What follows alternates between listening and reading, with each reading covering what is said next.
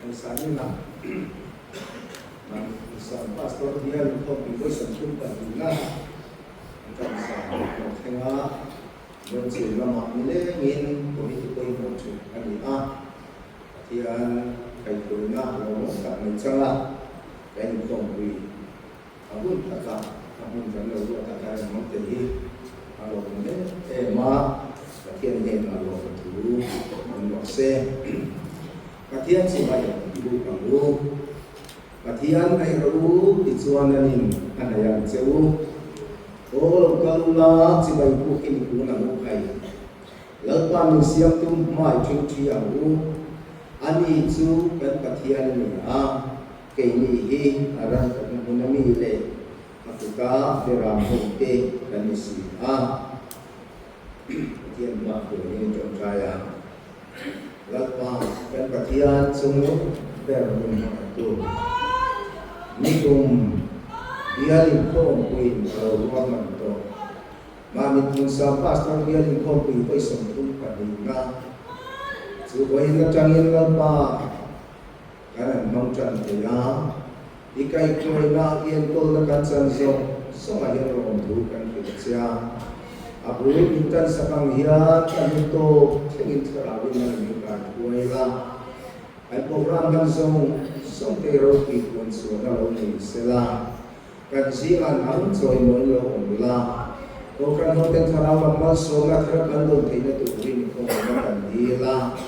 buhay na rasa na laging kailangapoy din na pembese okay sabi na hiyan pa ng mga fakleson o itulak ang lagay hiyan itulay lang kayo po ng isang sonte iraw ni Bonso na naman sa kanse sandang tulad isuwa binigay na kanong bile amen unang tutuan kang ngay tama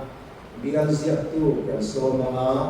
kanin naman soal tuan sungan macangin pun turun suan pembin sungan masih canggih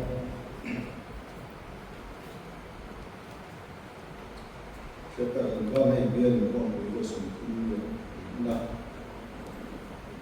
cansa orang maya yang mensyurga saya ni zalil he belum ada report Ang kontan tu, kupa kalau na sa, anga zaipol, biar zaipol sa, zaipol deh, zaipol bersih. Ane, nak tu kusomile pangai lehi kong kulo deh, nak beri ah, dah som cana, zingda som cana Thailand ngahi, nak beri ane ah, kalau sham tu mila, tak boleh cendera, kan dicinta. Kan speed ano di dar som kan sana kata ono klai ko chuan adi don no ni chuan chuan ko lo le mai ten kun tai la zai ko ba chu lo na dar som chan ko ni ma khan lai han ni ko le to le to za kha lo chu na chuan ko ho ji na chan chu tai la lai lo rin kan so ni Natukzan bahasa yang berdiam ko, kusyu tu kuasa siapa fungsi enggak zat.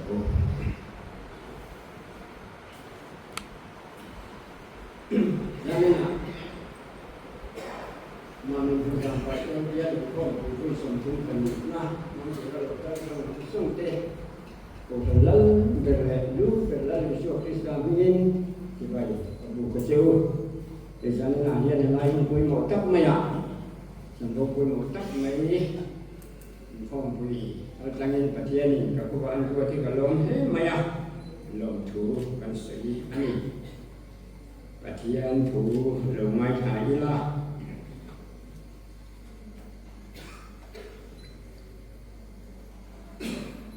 Zohana ni nak Yesus Kristus tu buat cua, bumi. Sang ria tajama sang somri pakhat thein thupwan bungni sang ria tajama sang som pakhat pathian tu ngai tha o ten smurna kwa ko san ho te ko ne na chone ti yen sia ko mas bela le nun Kera tia nule ta kha ten tu hiệp suy y phiền chia tê y bạc chia tê nima sela y ham sasi a juda ta ni lava setane in khom na in ho ni jok si a juda in te ho ten an sei chia dan je ka sia etwa tu te lao su ngai te phía in om thei nan dia bol chuan in jing mi khen ka ka in a khum don cheu ani in nisom om tua rang thì khen in om in lo om ro ti chuan in la lo kum ka pe ang che haram ko dan ko ne na thu sei beng ni chuan ro se sam bar sam thum le ka sai chang thum na chuan lalpa churing nga thil tha te ro Hera ma hian om la rin om na ze ro ti kan mo bo ani zane na ko kan ho te kan mar thu ato khema la ri sho kristan kan rin oma kan kin tata lalpa arina thil tha ti a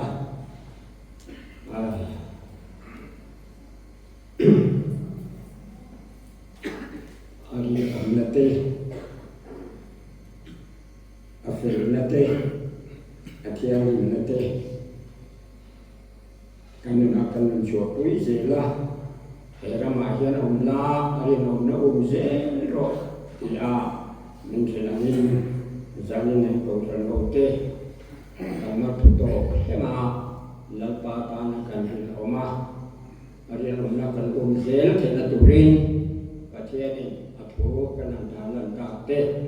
kan sabai tan kan man ne song le tro se amen trong trai ko la pa kan pathian kan pa ro pui per pa ni iko ran no te nang min tha tham ngai reng lo mani ki kan khia a ei kum sang kha ja wo som ko pa ma atan ma mun sa pa so bia kan lo ting ve a avai sam thum pa ni na lai mai na min khoi thena sang ka je ko som ko pa ma tangin pa la le khai san nam lovin voin khen mai khoi na kan tong hi i ro pui kan ti a fa kla nin san kla ka thian rin kla ni sia i ko ra no te min mo chan te deu thi ne kan lo e ma ei ku min ne ya bo avai som thum le pa ni na zanin travin kong takin kan mang thei tu te po hi ke ma ni la ma chuan to kan ni reng la ban ni kan in khia a i kong ai ne za mai na wang se mai ti kan khia tin ro pui kan ti kan lo e ma tharin ne na lo to kan khia se lalpa he kan in khom pu ya yen nang lo lo pui bel la na tu ka in khom pi ro re kan ne tu te i mi nga i ko thon no te nang ma piak in khom kan nei tu song te zane nei ko ta kan ro tan thal le a kan che nam te le secretary te nang in thom la tin nang ma bia kan in khom na chan tho te nei tu song te la roi tu te zai pol kan na thak tu te thu cha soi tu ra kan ruat song te kha ti sa le tharau lam ma som da to ma o ran no te na tharau lam chok tak min bo san sak ne te na to ren am ta kan di la i me ma he kho pu kan ki ti som ai han na ni ro pu ni le som ni ron sang la i ko ran ho te tan tharau lam ma som na to ina thar kan da na man ro le in khom pu chin chiak na ta ka lo ni ni te na khoi takin e kan in khom pu hi zang in ra kan hun to khema tharau thiang hin min bo pa min kan khoi tu rin i khomai na kan la pa Yesu Krista min kan di le se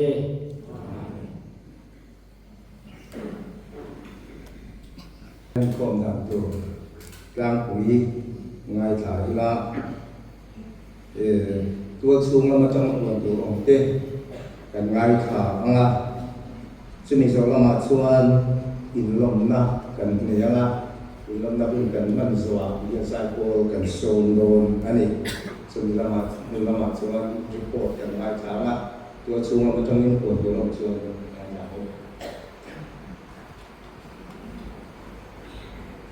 เรานี่เราไม่ได้ไม่ไม่เราชมไหมมาใส่dia tu pastor le minister teh mungkin selangin bandar dia kiat sensa tu dia kalau nak suruh le ipat teh mungkin dia dah mungkin jam itu kerana cara berkom sampai dalam macam dia mungkin dia jangan le kom song sai phố đã cho mày làm biết rồi cô khác thì cô chủ bên có làm cái cô cần đó là điều này soal luang phố cô cần cho rồi cô sống sống thế là điều này đúng xìa cô cần cho rồi cô thế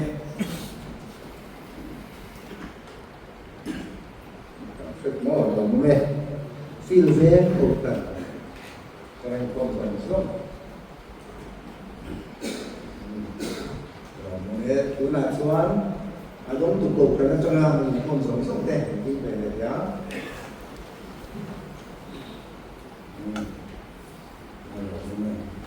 Ia tanza, ia kongkan kodo. Ini nak dia tak sedia nak dengan konsumen kita. Kita maya ini jangan nak tu pengaruh orang.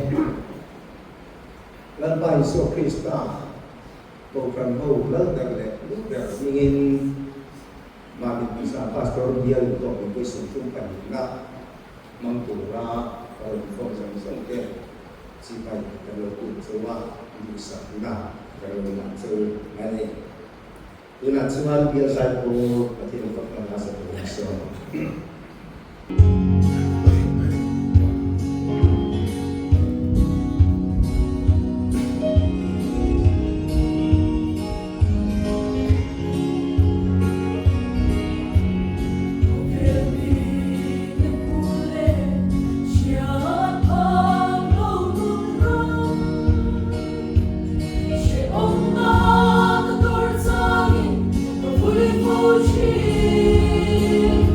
Nung ngayon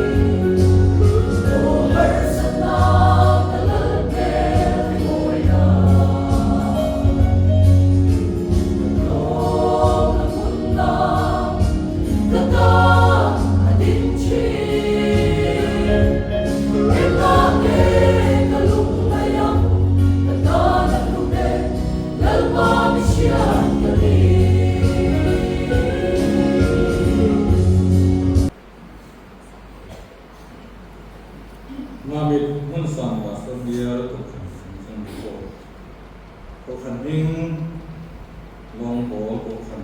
รังโบตุมินิสเตอร์เลพาสเตอร์อันนั้นว่าโอพาสเตอร์อันนั้นว่าตุขันอุปจาร์บาลีโตลุปาอันนี้นะเพียงปาอันนี้ตุนี่ตุขันนี้อันซะdan zokim dan sung umne zathum somni tunun to me nowa mi pa zong za zani somni pakwa me che zong zani somni pathum ko khanni zong zali somna pani ko khanni lang na chung ko za som ko pani inom polna chung ko za Kona ko kan sum ko zong som ko pasal dan zo kim tharza som le ko baptisma san tharza paria ko kan ko dang atanga lo ko kaisa kan nei ba ko kan ko dang ko kaisa ko kan nei ba mitiza ni mi pa pa ni me sia pa ka zabayin ti pathum kanene len onga in neiza umlowa in mundana in neiza kali in neizom za kali na pianza dumipa umlowa mechia pasari ama na pianza zom pasari ani Sunday school zirla zom zali som pasari zirtir tu zong mi som na zirlai le zirtir tu zong za zanga le som sa ani ko kan committee kan ni te ko kan committee finance committee building committee social fund committee Christmas control committee ramthar committee Christian Sungko committee program sub committee music light and sound committee, Sunday school committee, refreshment committee, reception and ushering committee, decoration committee, ani missionary khawtu chomdan din he tiamni kokhan ramthar antimaya kokhan ramthari kokhan anangai ani Ramthar committee chongza mi pariale achan be KTP chongza pani tan choma kokran mi che chongza panga kokran koglai chongza kokha masi sangati chongza tan nei lawa mission board kaltang lawa chongza tan nei lawa koktu chong he zabayin som le achan le ani som din hum sinot sum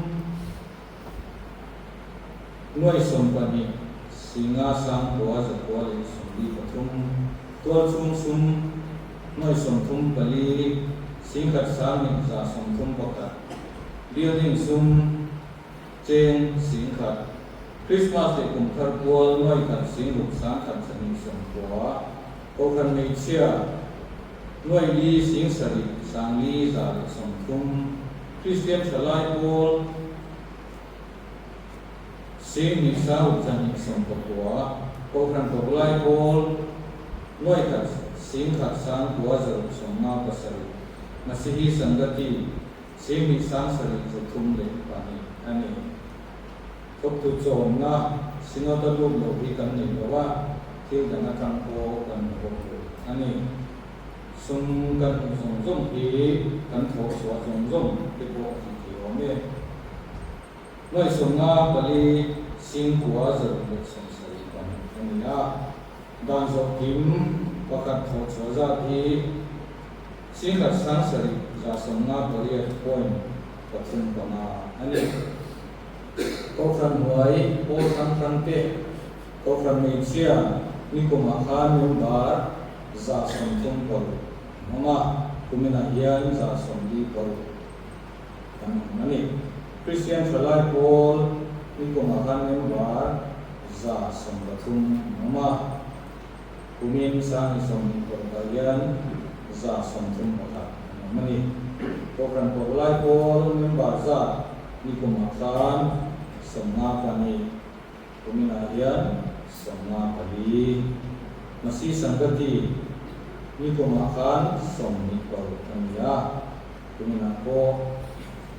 som ni ko thau ani report chu lang ya hian program zai ko te khom pui program program lo mo apia na an zai thi zela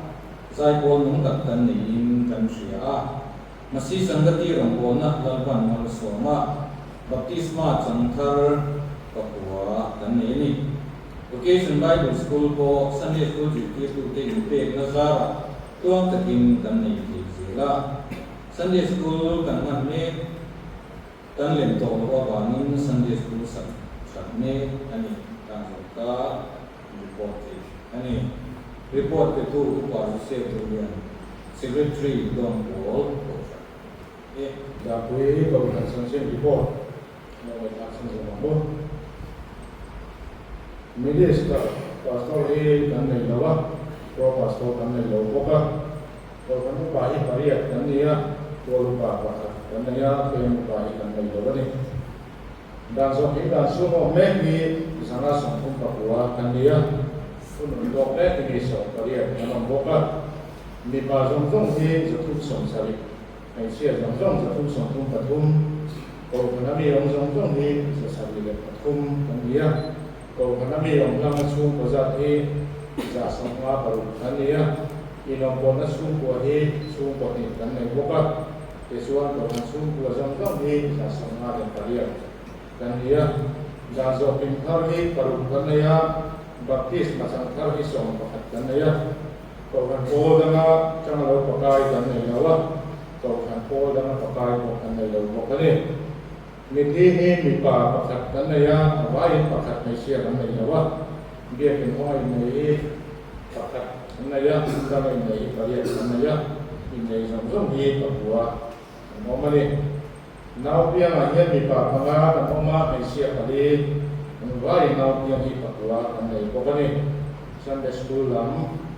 zilai jong jong za hi jadi som ko le panga kan nei ya zipir tu som sali kali kesuan lain jangan sampai kedua. Kalau sana komite sam kan naik Sunday School Committee, Ramthar Committee, BSI Committee, Building Committee, Revival Committee, Social Fund Committee, Finance Committee, Light and Sound Committee, Christmas Ramthar Committee, Archive Committee, Music Committee, Christian School Committee, Masih Sanggati Committee, Network Party Committee, so kali kan ni missionary kan so dan di musuh yang ini program Ramthar Committee so kali KGP pasal organisasi patung program lain pakat masih sanggati pakat sino mission board kalau tak buat so kan ni lawa lain missionary kan so zat in so tum ani sum di punta kue sinot sumi ngoi som pakat sangtum zali som pakat tua sumi ngoi som pakat sing ko sang ko zali sunga asari building ngoi som tum paru sing ko sang kan sa som di paria Christmas yang tar ko ni ngoi hi sing tum sama sa tum ko kan hai sia sing ngoi hi sing ma sang ru sama so sari paru KGP ngoi hi sing ria sang tum zali som sari pasari ko kan pagalai ko singa sangkum zani le panga masih sanggati nuai kasih ruk sangi zatun sambi le panga waktu sama singa terus lagi lawa dia dah nak buka andai lawa sesuatu apa yang nuai sanggup Papua sih biasa Papua sambi Papua untuk suaka dah so bipa kat suaka ini singa sangi Papua sambi kami ini kalau kan nuai posan sampai limun kalau kan Malaysia ni kumain bahasa ni sampu mania kumina sa sampu panga KGP ni kumasa ni sampu Papua kumina sa sambi padi kalau kan Pagalai ko ni kumasa sampu patum kumina som pakat masih seperti ini kuma som sari pasari kumina som dia ini report tu nami lampu patungan antara sami som di perkara sami som di pasari sunga sima diwai wasi karatan tambal dan sana sono para tolong dia su lakan dia topan hotel lo montan idea itu ni kan ini kan semua terus tadi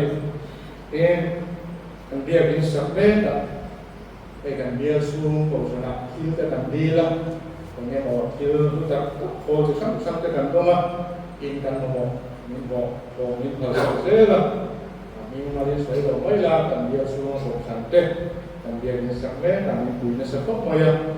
madua min mau dia tu tidak kita tak minta tu semua orang tu asal selah kan dia bin sabda dia sino terkawin dia terkena dia bin sabda sabun zaman kalau nanti yana kawin mulai sama dan buat kalau nonton dilea kalau tak tadi langsung kan report itu ya report itu kepala soal timah atau hasil itu Lucy Kofran Chanchen report lewat kau report tu minister pakat Kofran lupa paria tua lupa patung te lupa pati apa ni Kofran ni omsa dan zokin dan suno mek zarok semua pakat tulung tok mek som kali ni pa song song di zali som sari kali mai chia song song zali som pasari Kofran ni om song song zakwa som ni le pakat Kofran ni om lang na chu baza za som bole paria in om om na chu kwa in thum su pathum Kofran su kwa song hi zati le pakat anni dan zo king thar som pathum baptis macam tharza som le paru Kofran pol da tang lo pakai za pani Kofran pol da pakai anni rawani mithi mi pa pati anni ni dia kin hoga in nei mi paria mun da in nei mi paru in lei zong zong hi mi som pali nau piang mi pa som pali mai chia ta ba nau piang zong zong hi som pa hua Sunday school zirlai zong zong za sarik som le paru zirtir tu zong zong za som ko le paria zirlai le zirtir tu zong zong hi zaria som le pali anni Kofran committee sang lete Kofran committee noya hian committee somala andeya Sunday school finance ramthar Christian Shukwa social front electricity music and sound decoration refreshment reception and answering archive BSI local pangpar Christmas le kumthar roi masi sangati committee te nei missionary tok chom na din mun Kofran le moram thar committee chom sa somli le panga Kofran me si chom sa pasari KG pi chom sa faro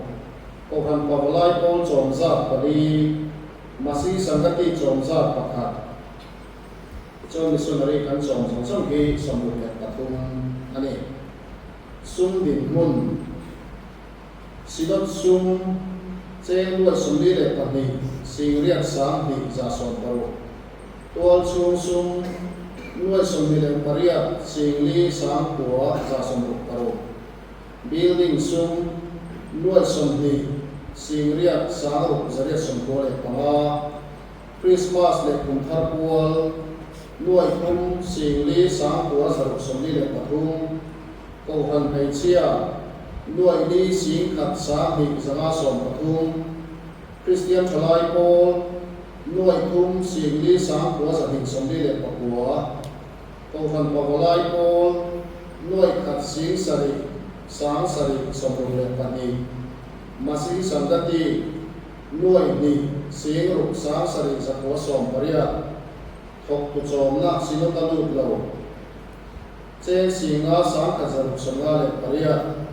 il da chana bu chen sang ko za tum som ko le pakha sum mu zong zong nuai za paria sing ni sang ro za ni som ni dan zo kim pakha tho so sa chen sing khat sang ro za ro som tum Koran loya po sang te member nei dan Koran be sia ti kuma zani samriat panga kumina po zani samriat panga mama Christian chalai pol ni kuma za som pole karu kumina za som le pakwa ia number hi Yesus te po ang bio wa an kiam bio maya masa sini Koran kapalai pol ni kuma som kwa Kubina sompo le pakhat masi sangati ni kuma somli le paru kubina somli le paru report tu judang chuan te yan patum an report ila pakhatna chuan ni kum September ni somni acha October ni som pakwa chu kha sino buwai speaker tolu party la ro changa Krista ma te ti lungle electric ve roin camping kan nia rồi thông qua bùa thế rồi camping là bị camping cái này à cái mà lúc sống sống thì sao sống ra anh không nói camping cái này có phần cần có quý để đi cần sửa và thì đó cho mà sĩ sản cái có thằng pastor biar không đủ ra xin được inform quý sáng thì sống thì bằng ai na ruột pastor đã làm quý cái chú của chú ní sa đi khát sáng thì sống thì bằng cái là gì à là thiệt là cho nên anh làm thế nào Sidon kau tu terwo manangin Januari ni so pakasam ni sombele paru Katian ni cuma Rara naral mingsa Secretary Sidon bison po bintang na Kum mang Apa tumna suan Ni kum furlai ka Tanggih din kumhang Layak tolah akadiyam Jadi Sudia Standing Committee Kalkangin Sidon ta Sombong na Kandila Kandila ni Sidon din Miron na koi mo saka che koi somni miron pe an dong fel towa dia standing kal ka dan dilane kan long tak se ale report pe tu ku pa ke la rin mo ya na be ku se ko fan se tu ani của cái này còn mấy cứ là chuan giải phố một sao của cái giải phố và từ còn là sẽ từ đi sau đó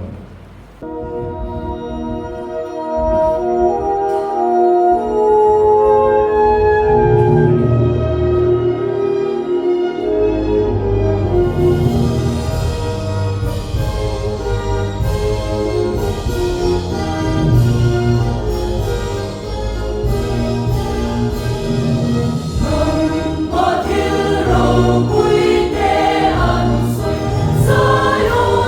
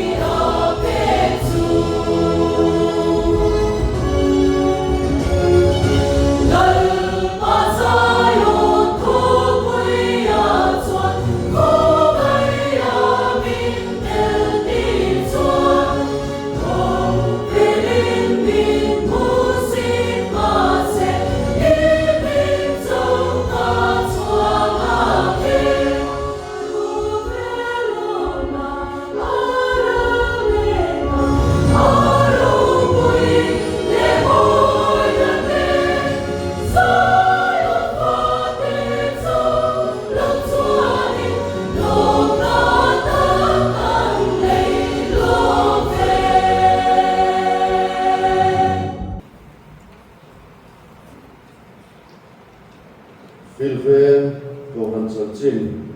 report lo wai khalu rangol tu ko falupa so oma pastor minister tuan pale tempa kanum lo kori ko fanabi amsa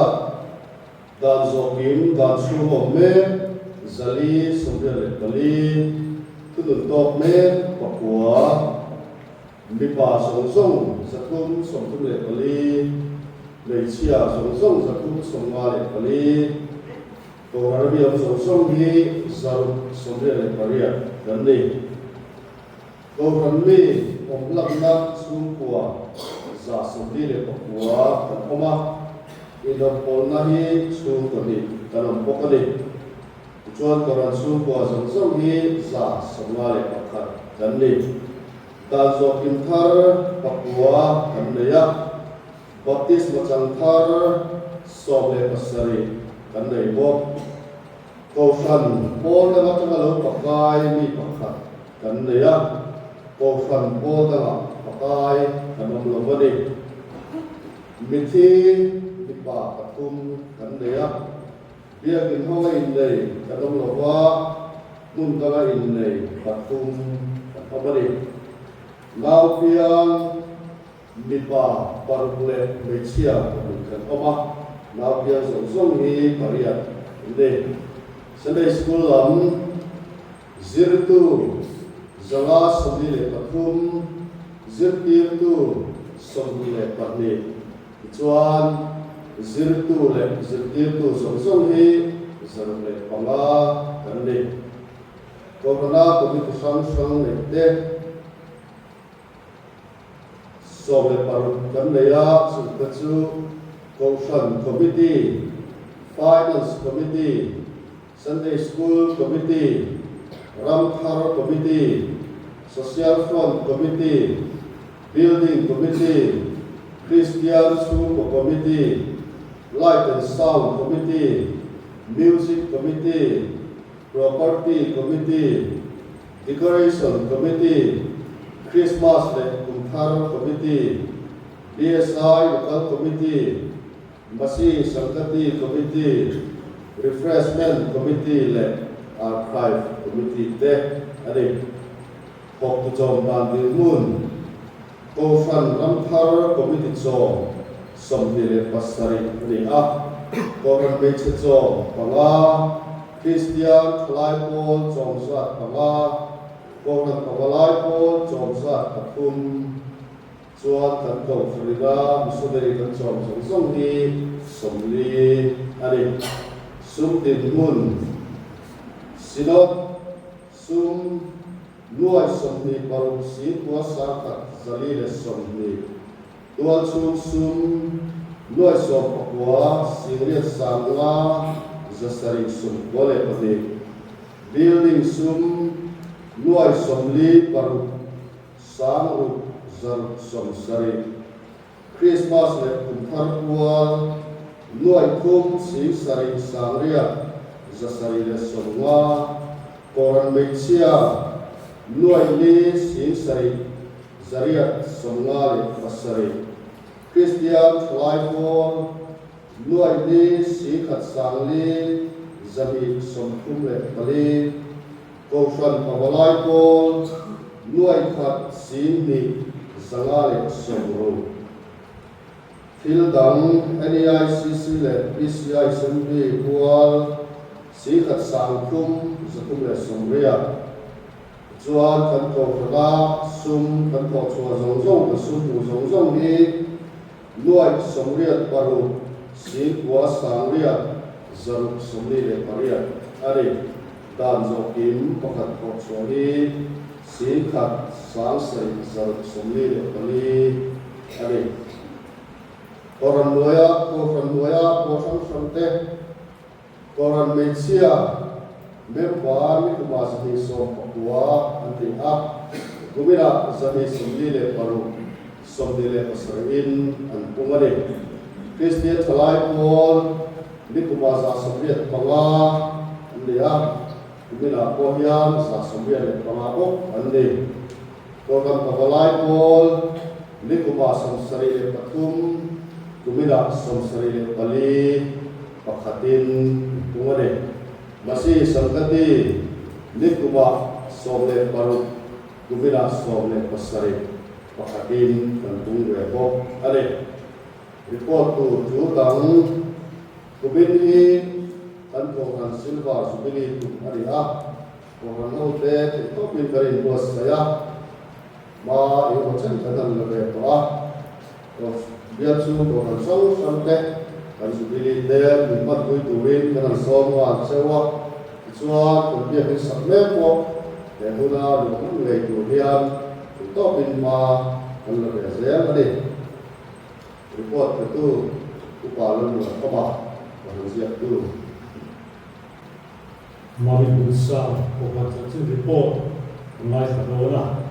Saya tahu report orang suhi ini pun bila pernah COVID Mars kan robot tu penegani yang ini pasal pakat minister pakat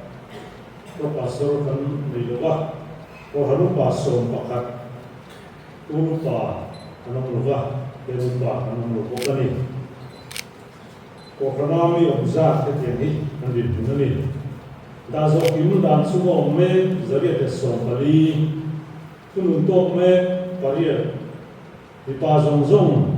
zali somde le pama mecia zongzong zama som paru. Kokanami zongzong sakat le songa pakat. Kokanami onglam su kozat zami le som paria. Inom kodo su kozat Papua Orang Suku Azamzong Zami Somni Pasari Dazo Kikar Somni Patum Baptisma Sangkarzat Somni Orang Polda Makamalu Papaizat Mi Pariat Ein Suku Ni Anima Orang Polda Papaizat Mi Pakakanuma Ei Polda Mi Pasalan Vangani Mitizat mipa pakade mecia pali avain mi pama bekin honga inizat kuak ni undang inizat kuak ma inizong zat kuak sari na piang zat mipa paru mecia paru avain so pani amani sada sekolah mahian zilai zong zat zaria beso Lile kami mendilah. Jadi itu zong zat zalet pakat. Isuan zilai dan jadi itu zong zat zakosong lile patung ni. Orang yang komiti sang song le pama pama tu orang komiti sedes komiti rakhat komiti ganas komiti building komiti Christmas le kunthar komiti Christian Super komiti Music Light and Sound Committee, Social Front Committee, BSI Local Committee, Self Evangelism Committee, Masih Sangati Committee, Pangkal Committee, Archive Committee, Decoration Committee, Mani. Waktu missionary kan contoh ini,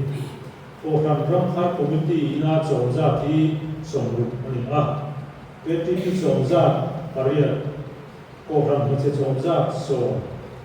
program pengelola po somzat pali masih sangat dia serpain langsung lebah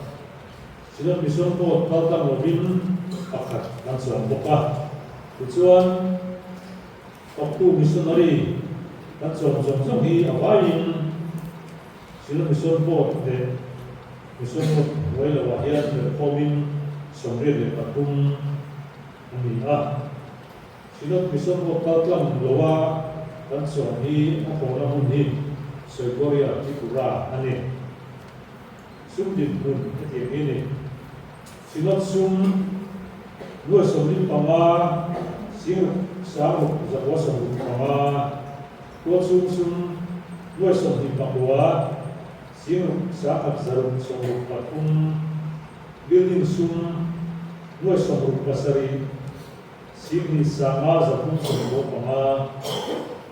Christmas le kunkhar sum noi kun สิปัวสามนี่จะมีสองก็หันไปเชียหน่วยสิ่งที่สามารถจะสองมาคริสเตียนชลายโพลหน่วยปัวสิ่งสิ่งสามปัวจะปัวสองทุ่มก็หันชลายโพลหน่วยหิ่งสิ่งมาสิสังกัดที่เห็นอาทองชัวนี่หรือว่าอกโจมนักสินค้าลูกเหล่านี้ของหรือว่าที่ตลาดเราผูกไปที่ assembly ตัวเล็ก NLCC เล็ก CCM ตัวอันนี้ไปที่วายน์เจ็ดสิ่งนี้จะสร้างเรื่องส่งกับคุณมันนี่อีกส่วนนี่ผมชูมาสุ่มผมจงที่วายน์ด้วยจะส่งผมมาสิ่งนี้สักนี้จะได้ส่งตัวเล็กมากันนี่ไปที่ดาวส่งพิมพ์อิสระปัจจุบันดาวส่งพิมพ์ปกติเซ็กสิ่งนี้จะได้ส่งตัวกับสารีเล็กผู้ส่งตัวของอันนี้ก็ฟังว่าพอฟังฟังเด็กเรื่องบ้านในการเป็นให้ดีก็ฟังไม่เชื่อสามีส่งพิมพ์มาคำจะทุกส่งบุญแบบนี้อันนี้สามีส่งในปรุการยันเรื่องบ้านในหลักการเชื่อหรือว่าทำไมจะทุกส่งบุญแบบนี้อันนี้นั่นนี่คริสเตียนชลายโพลสามีส่งพิมพ์มาเรื่องบ้านจะทุกแบบประคัดสามีส่งในปรุการจะทุกแบบส่งโอรัตชลายโพลสามีส่งพิมพ์มาเรื่องบ้านจะเล็กกว่าสามีส่งในปรุการจะส่งกับคุณนี่มาสิสังกัดที่เฟลโลชิพกับไปนั่นที่เราว่าเรื่องบาร์อันเสียตัวนั่นเองแล้วนี่ไปพบตัวถึงก็มาเฮียนมาลีกันตามว่าประคับนะเด็กที่ก็สักเล่มาเฮียนอันน่ะจงส่งสู่ดินจ้าส่งเดือดเร็วจงตัวมาให้นายนี่Golden Jubilee Long Touring ko kan ho main buat saya kan Golden Jubilee hi ko kan wikiga kan omni November som ni leparia dan senin na kumin November som ni paria radian Golden Jubilee Long Touring main buat saya ni kapunna tuna hian hukumar potu pastor panile missionary paria ni bekani Kalida, kami lagi pakai tu zirna apa? Bidizir jauh pakai, tawar teksa, upah lalu kita deh apa? Ane ya, in diploma Christian Studies, BCS zir jauh pakai, tawar neba, usi tansi apa? Ane buka, ane ya, city stepo zir jauh ni. Kita kian tujur zomi mahila kan lagi orang tahu kan lo ni tak report antek di sini report itu upaya muslim dia nasihatji dan mensampaikan ini itu adalah dia standing committee chair dia nak komplain komunikasi report itu tidak tahu mana komplain ka yang dia standing committee foi chuan na che cho ngi kum sa ni som dia pala sin in komplain when the day no so sai dia pastor episilon ko ni son sakta ko wani nan chung ko ta ko ka zo doi ni sa ni som dia par paten ya kan ni chuan sin in komplain man sa pastor dia ko la ro reverend nan tharahi sun ko he o ma di zalun som pakka san som di ko pathian ni ya reverend zo mun no ya ko chi pastor yo to chua ani den yen ko kuin to lo kwa kan asa again luang ko ko na main so paria san som di ko pathian ni dam bu ko na zuban so ko san som di ko pathian ni ya te to lo kwa na ni na ya ni de kanอันนี้ล้วนโปรโตขนาดยานตัวก่อนเราขึ้นมาตัวก่อนเราตัวมันตัวเต้อันนี้ก็บางตัวขนาดยานตัวก่อนจะมาอันนี้ที่เราลักษณะขาด Sani Sunday le pangazi ko mia Sunday school mo ko mani ni uze pira mo ka bia Sunday school se kari ela e ni zo ko ni la pa bia from bezi na kantel be la ya han ka se ani in October mili Sani Sunday le pangazi ni ya bia ho bin mobile theological school mani ni sa ko ni na ni ni za sunna le kali lai kantel thaya APC Lamatranga Mobile Theological School ni local in the field of the day we are to shana on the ani November ni son ni le patum sam ni le son ni le mama athiam ni a ma bi ko na ka fana ni ni to lo pa so na ma ka ani la kan chin ni to ko ka maka ni ketika na zakon ini ko kemun ani kecil itu tak sesuatu orang lain aku ini dalam itu mana aku dalam itu sesuatu lain sesuatu orang dalamnya arsi ini berinya nape kami hari ini pasarnya nape kami kota dan Then from we pastor quarter ten six to the se nantia sinota andela cheno sai andora to ha la mana na chilawa so harten pastor quarter unagi una se do nani inda cheta kan kan da to content de satin jom na to ta ko kun na ta cheno shanga sinota ta no boka ani in April ni khat Sami Sunday Parukhan PS building thar logo ani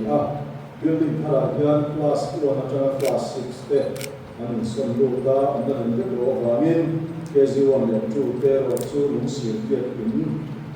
Sunday school hall school amla right in zone ani in to dum na hen kan school yan principal obin mi somakum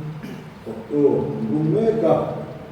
Sami Sunday Panale Europe Kanzirlize and some bullet Tahi and Oma Obin Sami Sunday Marabi Sari Aya Zirlai Zakum Somtum de Maria dan Meya Zirlai Kunagi Sunday Parapana and and Sikul Ha Sunday Zerani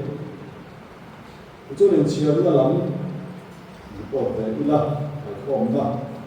Anga Pastor Pakha, Naya ko pastor kami lewa minister kami, Naya ko kanu baru sembilan Pakha, Koma tolo baru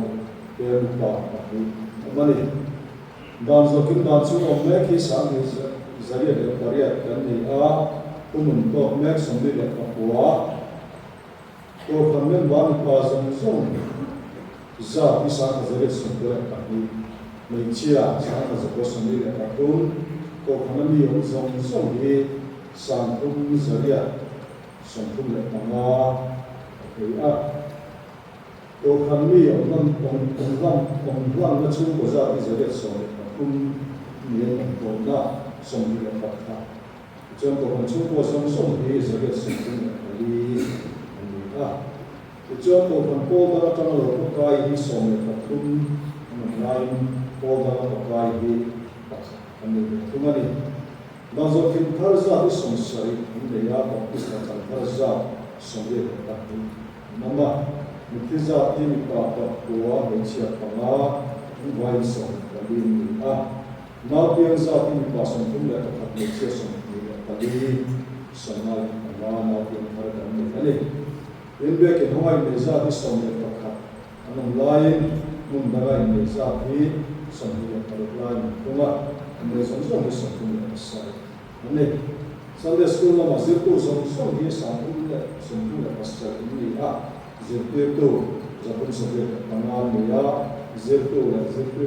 Sunday Sangkum Zali Sunday Pangal ne.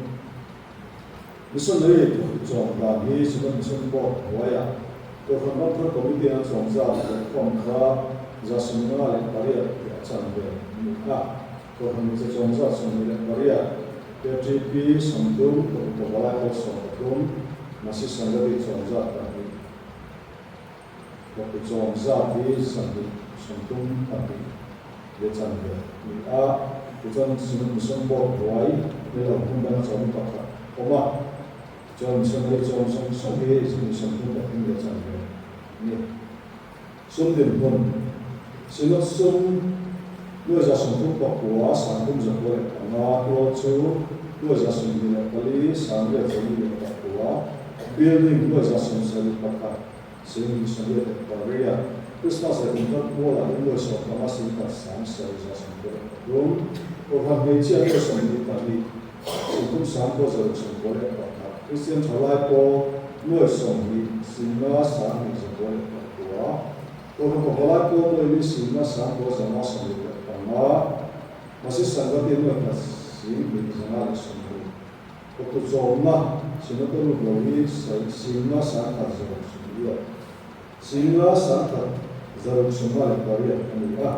Kita macam kita ini asisi dasar dua kita nanti lama.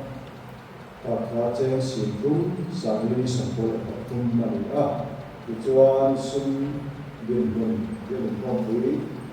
Report form cara ana report dari dua jali sempol Papua sambil sensor Papua. Kata report dalam tujuan bahwa bin Papua sesuatu yang singkat sensor jali sempol Papua. Ani tujuan orang mereka filosofi yang baca dengan ini muncul dia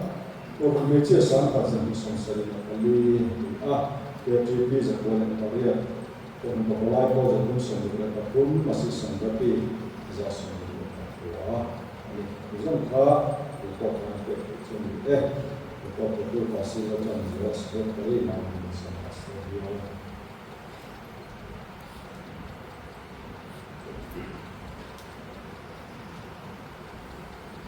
Kan report na ito tak may nga sa sulta bukan sendiri nanti kan reportที่ใช้ชื่อนะมาเราสุขุมินซูreport itu kan berseberangan filfaya tidak ada misal pengakuan dari bapak Saudi Arabia di kumpulan bangsa dan di sana karena tidak lawannya makan solar lawan deh ani kon cinta novel doa Tiada fakir soal mana Kristian aku nampak satu sebut lepatunlah, nampak tu ujian soi, Israel kan fakir fakui ini kan salah, ini kan satu alian bersona kan komitin during November bulan kan sojina, bukan bertanggung. Oh,